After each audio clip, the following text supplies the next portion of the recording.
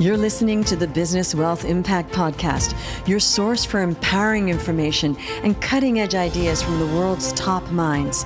I'm your host, Jeanne Amlour, founder of seven-figure coaching company, Jeanne Amlour International.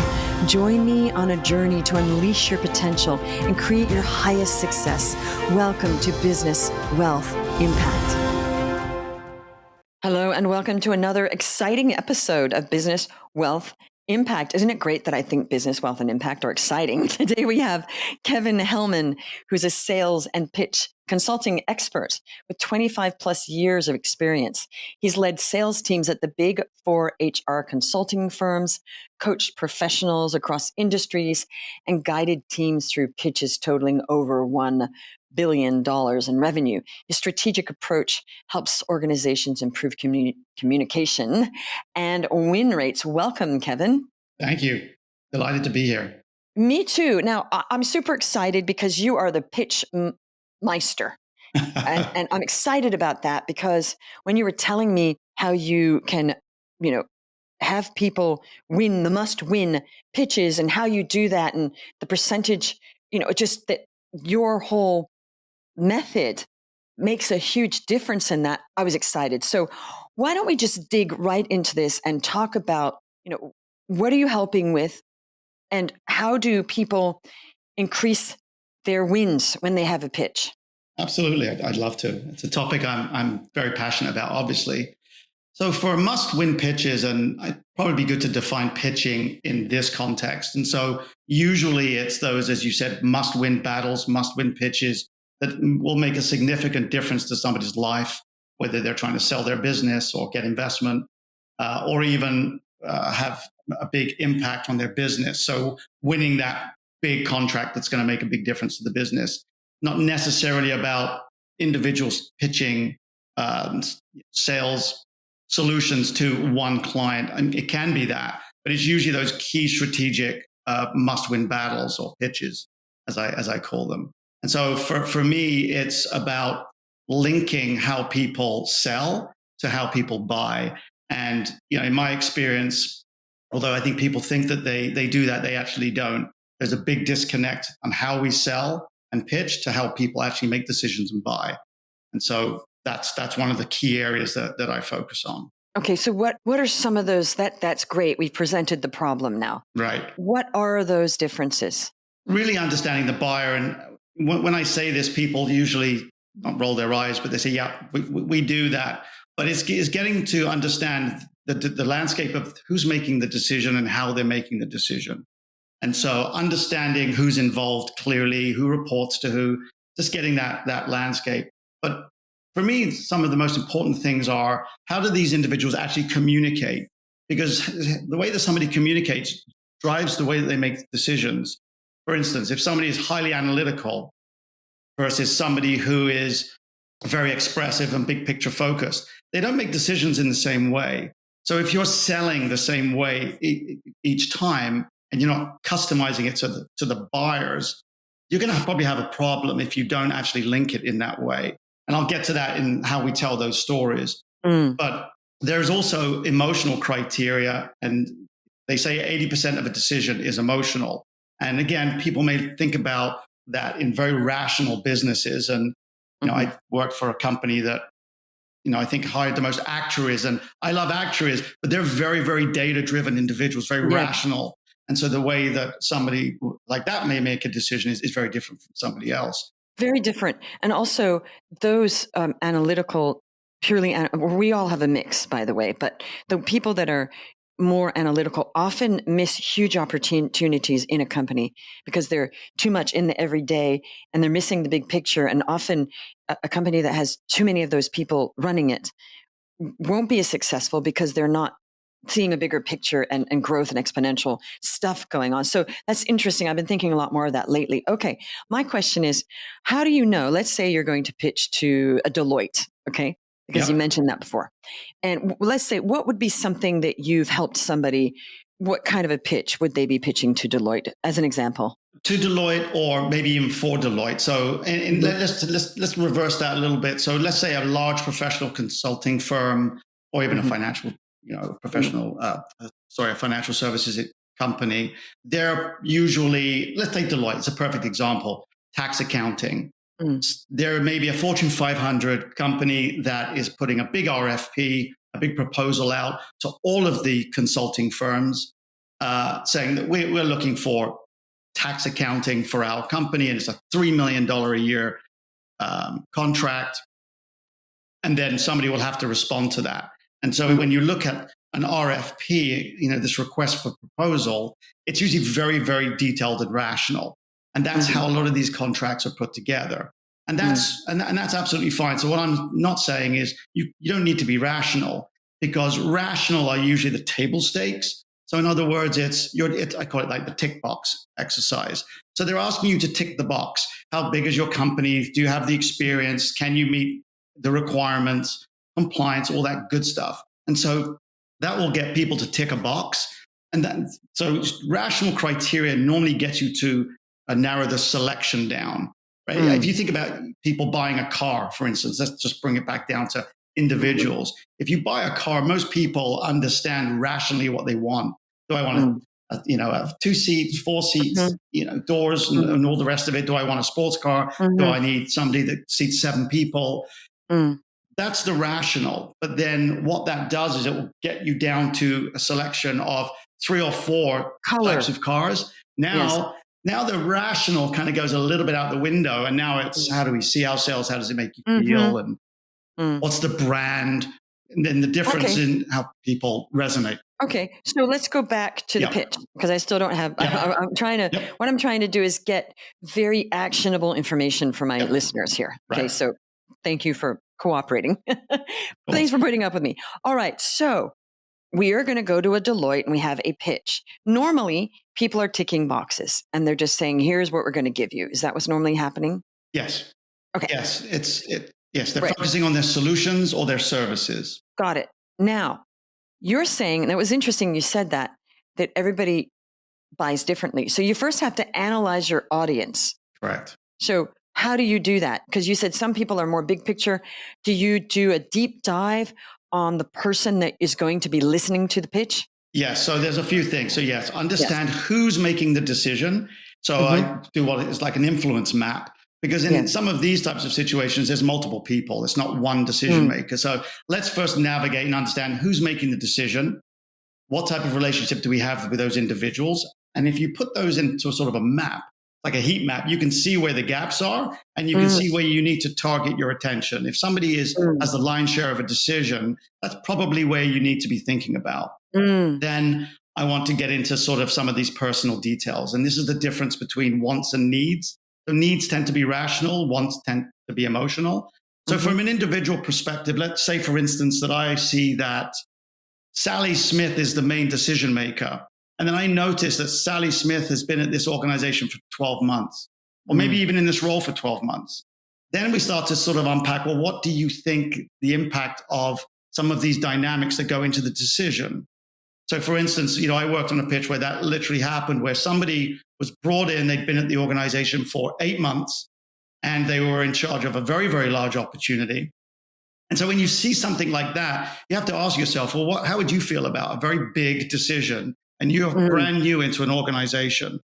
These are the types of things that when it goes back to the wants, what does this person really, really want when they pick a provider or a partner? Is it the cheapest? Is it that they have the best solution? Usually these things are very, very difficult. And we say that prospects usually cannot tell the difference between a good solution and a great solution in a pitch. So most people are spending all of their time trying to differentiate that on their solution, but they're missing the point where most people win when the buyers turn around and say something along the lines of, when you ask them, well, why did you choose us? They'll say, because you demonstrated you understood us better than anybody else. Okay, very good key point.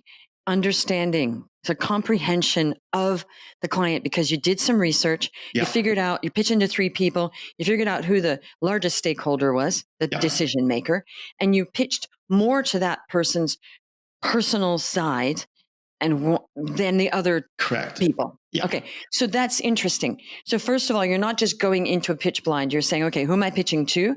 1, 2, 3, 4 people. Then this number one person is the main one. Let's find out more about that person. Okay. Exactly. And how do you find out more about that person? You just do some research online. You can, there's some great tools out there that will do diagnostics on personality and communication style. Okay. Give us a name of one of those. So Crystal Knows is one. And I think there's a Humantic AI is another one. Is Crystal Knows the one that, I think that's the one that works on LinkedIn. That's a LinkedIn one. So if they're on LinkedIn, it will pull their DISC profile, which is a communication profile. And they can tell that even if they haven't done a DISC by looking at the way people write their profile. That's fascinating to me. It's a little bit scary, actually. It is scary, but I heard about that a few years ago and I thought, how accurate could that be?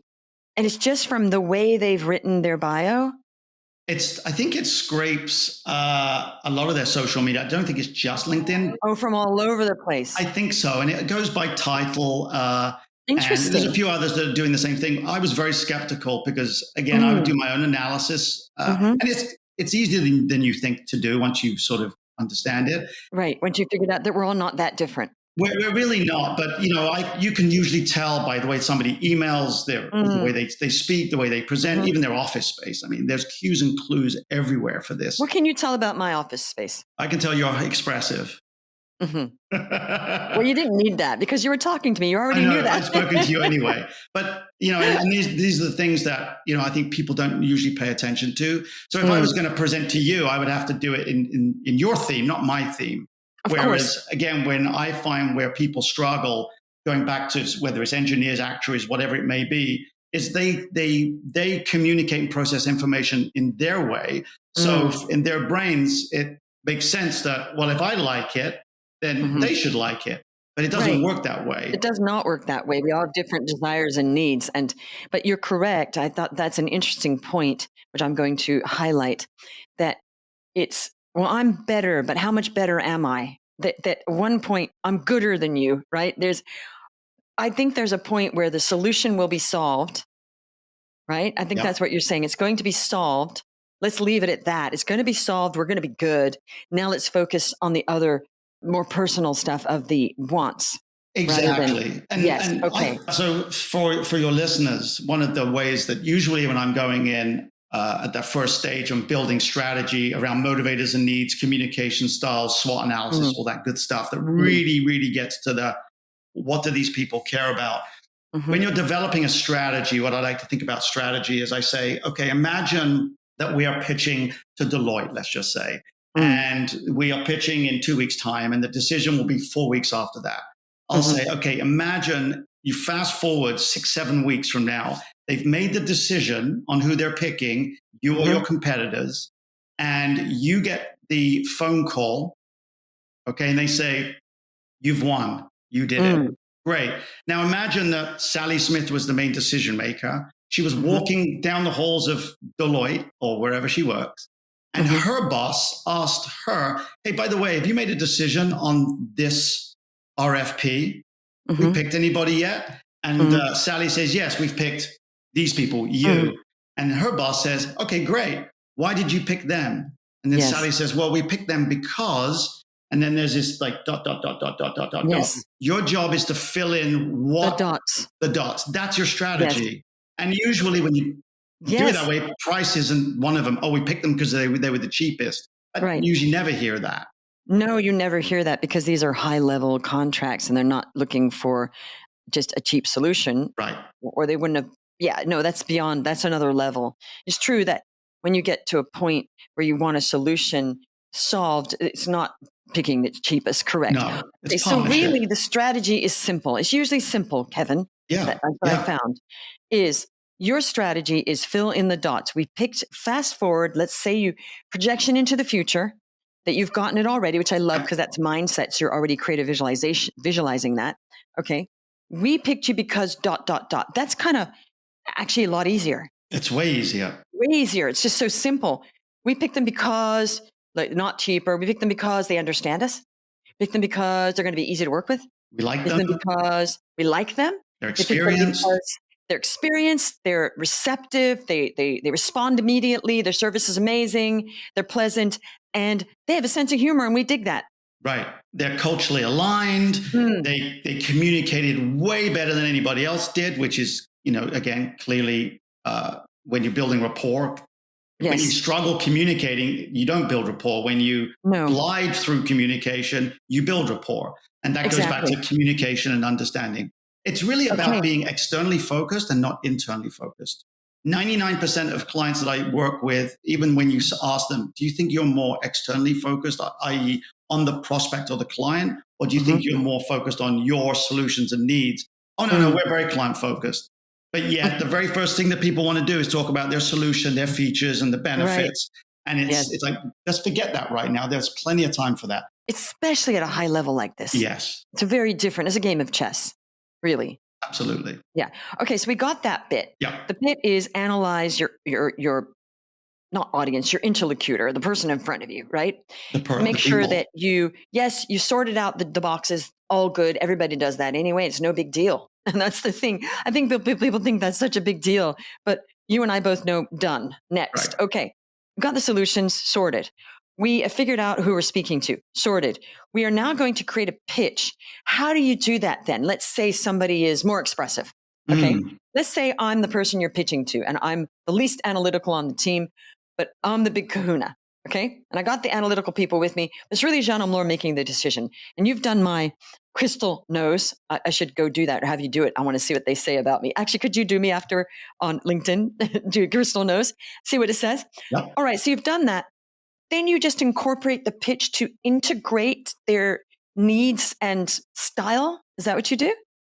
Absolutely. And so we built the strategy for a reason. And again, it's when people build strategy, they then, once they get back to their solutions and services, the strategy goes out the window. Right. So the reason I'll put together a strategy, and it just comes down to a one-pager in the end, is distilled down to, here's our key theme, here's why we think that they're going to choose us, and all that good stuff. And then when you're creating the story, if people are going a little bit off topic, if it doesn't link back to the strategy, it's a perfect way to say, well, hold on a minute. That's what we decided is our strategy. We need to stick to that and stop throwing everything into a deck because we feel that we need to have 87 slides in these pitches. It's like the Chinese menu. Exactly. It's like, let's stop that. Let's stop well, they may ask this or they may ask that. That's not the way. But to answer your question, so there's lots of different story frameworks. And again, I think people use the same story framework. So for somebody like you, or for lots of people, things like the hero journey, there are specific story frameworks that are tested and proven over decades, if not millennia, actually. I mean, Hollywood and authors, they use things like the hero journey. If you want to evoke more emotion around somebody certainly who's expressive, because they are more from the gut, they'll definitely resonate much more with that sort of framework. 100%, especially because I'm always for the underdog. You read my mind. See, you knew it. You read my mind. I'm always for the underdog. So much so that I was going to be on a jury once, and I told the judge, I said, I can't do this, and they had the judge question me, and he said, he thought I was just trying to shirk. Well, I really didn't want to do it because I didn't want to spend two weeks of my life. I was a starving actress at that point. I thought, I'm going to be even more starving because they hardly pay you and I got to take 2 weeks off. I thought, this is not good. So I said, I can't do this. He said, why? I said, because I'm for the underdog, and that Mexican delivery guy that was hit by the truck, I'm for him already. I said, I don't care. I just know no matter what I hear, I'm always going to be for the Mexican delivery guy that was hit by the truck.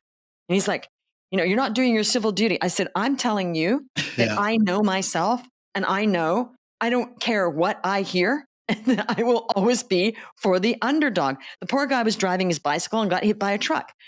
Now, obviously there were other things because they were suing and blah, blah, blah. But I said, I probably won't matter what I hear, and I will not be able to be unbiased. And he let me go. Well, see, that's the whole premise of what I'm really talking about. It's if they tried to do it in a way that was rational to you, it wouldn't work. But yet the emotional criteria is going to sway your decision, rightly or wrongly, one way or the other. That's what I'm talking about. That's the whole premise of the decision. So the pitch is: you did your research, you got the checks, the boxes. Okay, good. And then you're going to decide what kind of narrative and what kind of story. So really this is about presenting a story, and it's like performing, really. Exactly. Storyboard. So the next phase is storyboarding. Right. Your story, and you're basically doing like, when people do a presentation as a stand-up comic, but it's not comedy. You're going to Exactly. storyboard the journey of the client, and it's sort of like you know what you're talking about. You're talking about advertising pitches. Can be. Yeah. Like, in Mad Yeah. Men. Yeah. A madman. That's what this is. You know what? I'm glad you said that, because I just recently rewatched some of that. It's amazing. That My show is girlfriend hadn't incredible. seen it, and it's fantastic. And if you look at every single pitch that Don Draper does and that they win, you go back and watch those and tell me if they were rational pitches or emotional pitches. Oh, it was all about the story. All the story and the airline, even the airlines. You say, well, it's about make the experience of flying. Yes. Yes. And so, yeah, yes. And then remember the whole Hershey's bar? Yes, exactly. And then he's telling his story, and which was true. And what was interesting about that show was that the one thing he said, which was based on a real advertising guy, that was based on a real person, it was this, and this was interesting. He said, if you don't like the conversation, change it. Right. Right. That's profound. Yeah. You don't keep going and trying to like hammer on the same door. Change it and turn on a dime. Okay, so you're basically talking about treating this like you're doing an advertising pitch. Well, yeah, I think so. I mean, this is something that people who are, again, in very rational type businesses will say, well, this won't work for our businesses. But again, as I said, for the last 10 years, I've worked for, whether it be in pension administration, pitches and benefits administration, like very dry businesses. But I can tell you that there is no difference in how people think about these things. Because remember, some of the people on the other side aren't professional RFP producers. They have a need. They're in charge of this. This is important for them and their team. So the higher the stakes, the more that this actually matters. And it needs to link to it. I agree. And also, it's not like people in business don't want to not have fun. It's not like they like being old and dry and crusty. When I started doing like executive coaching, and I thought, why are they hiring me? I thought, of course, they'd rather hire somebody that's fun and dresses well and that's not too, I'm serious, but I'm not too serious. And I came to this realization because people would give me that feedback. Well, you're just really friendly, Jean. And I thought, oh, that's right. So somebody's going to want a hefty fee because I have a very high-end program, apart from the one that I've told you about. And I was thinking, of course they want to work with me. Not because I'm amazing, but because I'm going to be because I'm going to be more fun than that other guy that's so serious and and by the way, a lot of these people, a lot of high achievers don't want to be failed. They don't want to feel bad because the Wharton MBA is looking down on them. Right. I don't have an MBA from Wharton, so there's no chance of that. So there is that element, and I've heard this, that they don't want to feel that the person that's coaching them is kind of looking down on them because, well, I have, and you might not have that. 'Cause a lot of CEOs are self-made. Yep, absolutely. So I think there's that too, is they want fun and they want it to be fun, and they don't want it to be old and boring and horrible. And actually, I gave a presentation once, not all about me, but I'm just giving my personal feedback. I did a presentation once, and it was a leadership presentation, and people walked up and they said, that was the most fun presentation we've ever had. Right. And it makes me wonder why we can't make it fun. You made it fun, it was funny, and you got the message across, and it was about leadership. And we're wondering why other people can't do that. And I thought, there it is. Why do we have this idea? And I think with pitches, to get back to you, I think people think it has to be old and crusty and boring, or it's not serious or professional enough. Right. That's a great point. It comes down to a couple of things as well. It's you're trying to get the audience to know, like, and trust you. That's that's the barrier that you need to break through in order to build rapport and be trusted. People don't buy from people they don't like, clearly, and they certainly don't buy from people they don't trust. So the know, like, trust is just your sort of main barriers to go over. Also, yes, whether it's fun, and again, it depends on the audience. If I'm pitching to a very direct individual, I'm thinking investment banking. I've done it to nearly all the investment banks. That's a different experience for them. Now, fun may not be what may not get across, and that's fine. No, fun's not. I used to hire investment bankers, top investment bankers on Wall Street, and I was serious, but they appreciated my levity sometimes. They appreciated that it wasn't so serious. Right. They liked that. I was 35. I dressed really well. I was moonlighting. I was an actress, and some people thought I'd been an investment banker, and I'm thinking, no, I'm actually an actress on the side. But they appreciated that when they came to meet, there was this 35-year-old, well-dressed young woman who was not the norm. And I think they liked that. It made it a little more fun for them.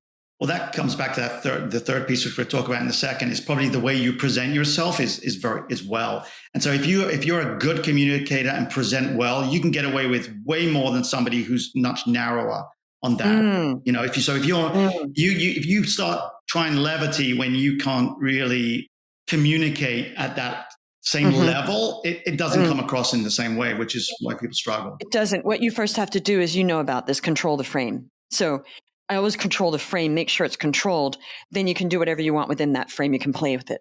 Exactly. Yeah. Interesting you brought that up. That is very true. Otherwise, it just seems weird and clumsy. Yeah, it does. It can come across a little bit. And people often ask that question, well, can we add humor? And I've always said, absolutely. There's always a place. I shouldn't say always, but there's normally a place for humor. I use it a lot personally. But sometimes you got to read the room too.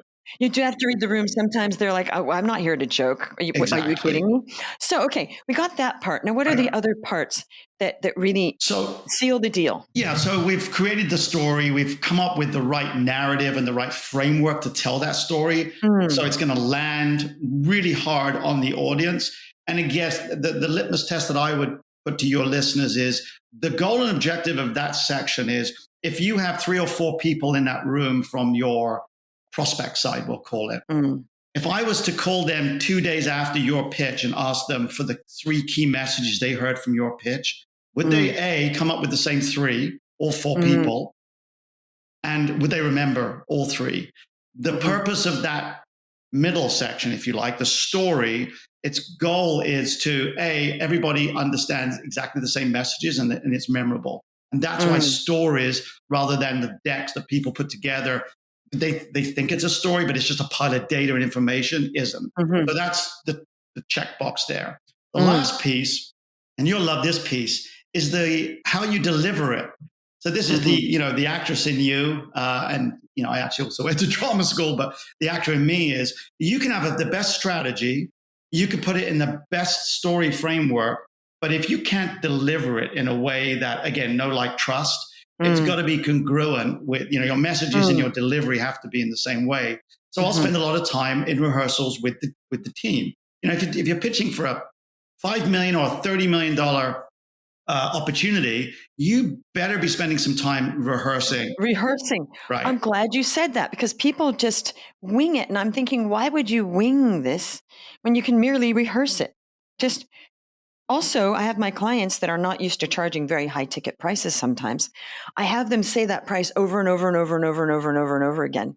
So it is so that their tongue, their whole mouth and everything and their mind is also connected physically and mentally, that when they say the price, it's so natural. When you're saying a new high price, if you raise, well, I'm like, why wouldn't you do this? Why would you just get on the call and spit it out when you could just, so my clients realize that really works. Absolutely. Well, even the way you say it, you could say, well, I charge 50,000, like a question, like, I don't know, should I? Or I charge 50,000.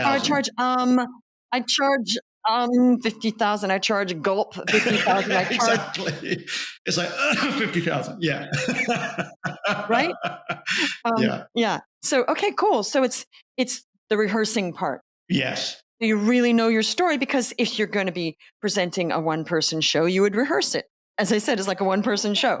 And if you do that middle piece, if you've got a really good story, and I find that people really get excited. Now they've finally got a story that they can tell. Salespeople or entrepreneurs struggle when they can't hear the story. So it's tough to deliver well. But if it was, well, let me give you this story, a script of, I don't know, Snow White or something. And this is something that I would usually do with giving somebody speeches or well-known stories, short children's stories, and say, now narrate this story, it's far easier for somebody to get into character. In business, people find it very difficult to get into character because they're usually subject matter experts, and they're there because they got the big brains and they know all about the product and services. But the problem is that a lot of the time we're not there to actually educate people on your systems and get into the minutia of all of that. No, that's lifting the hood and showing them the spark plugs. We want the car to drive them to Paradise Island without opening up and showing the spark plugs and the oil. Exactly, and 100%. So once you have a narrative and a story that's in a framed well, people. First of all, you're almost 2 to 3x better at delivering and presenting. And I coach people in pitching and presentation skills all the time. Once they have that framework, now it's getting down to how do we articulate that? So, voice, how do you control voice? And even things that are virtual now, there's a lot of virtual meetings. That's sort of the new way of doing things. So body language and eye contact and things like that take a sort of a bit of a different skew. Actually, it's made it a lot easier because people don't know what to do with their hands. Exactly. When people, do you know that whole thing of standing in front of somebody? It's made it so much easier because sitting is so much easier than standing because people get very awkward when they're standing. And do you know that whole thing of what do I do with my hands and and they get self-conscious? That's gone because they can just put their hands on their knees and, you can't see them. And actually, one of the techniques in this is where do you position your camera virtually if you're presenting, and you actually should have your hands there. Because it actually shows a little bit more than if you're just ahead and you're talking like this. Again, these are the things that in the coaching that make a big difference. That you're helping for the Zoom. So you are helping with the Zoom versus in person. Or in person, either or. I mean, if it's, let's get on stage, if somebody's doing I was doing one not long ago where it was in front of 10,000 people. It was almost like a pitch, but it was an internal pitch. Industry pitch. Ah. Yeah. Wow. And they're on stage and it's like, okay, now what do I do? It's like, okay, let's plan the stage. Right. How you're going to stand, where you're going to walk. Right. So you're also teaching them public speaking for the pitch. Yeah. Wow. Very fascinating. Okay. So that's how we win must-win pitches. Okay, great. Was there anything else? Is that kind of it, or is anything else? I think that's it. I mean, obviously in each stage there's quite a bit. Yeah. But I just wanted to give people the formula, so they know what the elements are where they need to improve and they could start improving themselves. Yeah. So if you notice, there's not been a lot I've talked about the people's products and solutions. That goes into when you're building the narrative, but around the framework. But the first part has nothing to do with your product or your services. It has to do with understanding the buyers and why would they choose us, and getting really honest with it, building it out, and then following these steps. And each one is important. You need the right strategy, you need the right story and narrative, and you need to deliver it well. Right. Do those three things in that order, and dig into each piece. You're going to be head and shoulders probably against your competitors, believe it or not. Great. Okay. Well, thanks for sharing all of that. And I'm sure that people got huge help and value out of that. So Kevin, what's one thing, before we close off, what's one thing, one mindset or philosophy that you want to leave the audience with, the listeners with, before you go? Around pitching? No, just anything. It's an open question. Ooh, that's a good one. Just a mindset. Well, I'm a big fan of Dr. Carol Dweck and the growth mindset, and I firmly believe that it's not that we're not good at something, we just haven't learned it yet. And I love that. That's the mindset that I try to go into with anything. Okay, so it's not whether we're good or bad or good, it's that we have not learned it yet. Wow, I love that. Okay, that's a mic drop. Kevin, thank you so much for turning up and sharing all this wonderful wisdom.